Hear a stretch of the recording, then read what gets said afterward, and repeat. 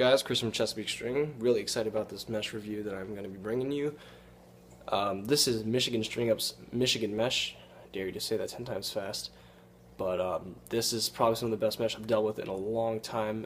And I'm going to say right off the bat, this is 10 out of 10 in my scale. And would use this over East Coast Mesh any day.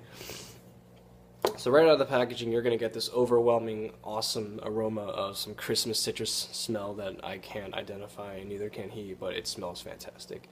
And it will distract your opponents while you're playing, and it will give you the upper hand. Just kidding, I don't know, don't try that. But this is a thinner mesh. It's not a thicker piece of mesh that Bladen and Throne uses. It's awesome. I like the thinner pieces of mesh. That's not a diss to Throne or Bladen. Their mesh is great. I just like the thinner pieces of mesh that East Coast Eyes uses and that Michigan uses.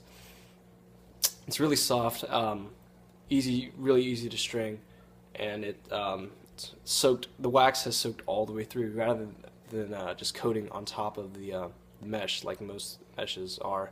It's really hard to actually get that wax to penetrate throughout the whole thing. Believe me, it's really tough. I've tried, and I'm still perfecting it. So, like I said, it's really easy to string. I was impressed with how well the pocket formed, and the fact that there was no break-in time, because it just formed as I went along stringing it. And like, it was awesome. I couldn't believe it, because he hadn't really planned out for this to be that great, and neither had I been expecting it. But I was wrong. So that's about it. It's waterproof, you know, because it's wax.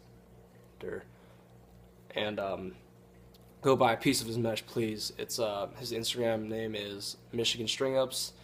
No spaces, no underscores, no numbers, no caps. If you don't have a smartphone, just go on your computer, look it up.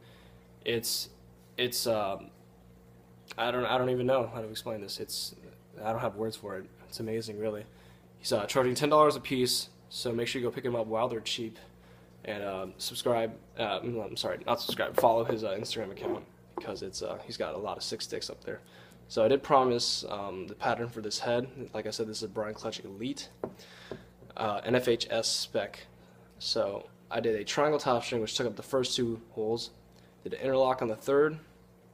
Interlock on the third, which would be here.